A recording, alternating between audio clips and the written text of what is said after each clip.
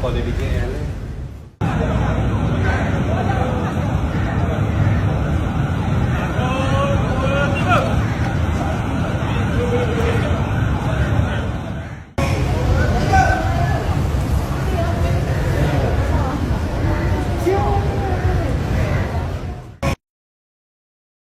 Assalamualaikum. Dekat sini Ayu nak bagi tahu pasal video viral tentang blok kereta di Wangsa Maju yang petang tadi lingkungan dalam pukul 2 macam tu.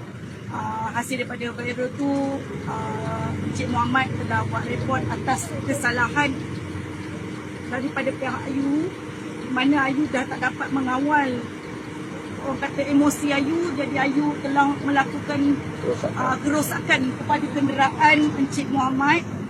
Dan tujuan Ayu buat video ni untuk memohon maaf kepada Encik Muhammad, sebab Encik Muhammad orang kata orang yang dikenali, orang kata apa, ada bisnes. Jadi sedikit sebanyak video tu merosakkan nama Encik Muhammad dan reputasi isteri Encik Muhammad, di mana nombor plate ni pun dah tersebar. Jadi Ayu minta jasa baik korang, mana yang dah sebarkan video tu, minta tolong padam, jangan sebarkan lagi, sebab benda ni terjadi pun atas kesalahan Ayu sendiri. Ayu tak dapat mengawal emosi Ayu, dan Ayu tunjukkan kesalahan yang Ayu dah buat.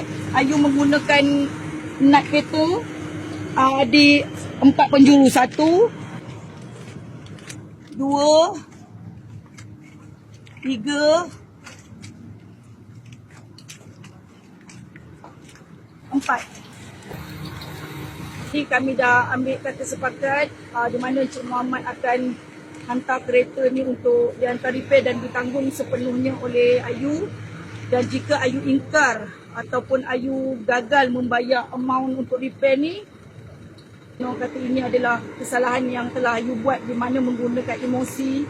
Dan alhamdulillah Ayu dapat meminta maaf kepada pihak Encik Muhammad dan isteri dia. Dan bagi Ayu peluang lah belajar daripada kesilapan, jangan menggunakan kekerasan apa semua.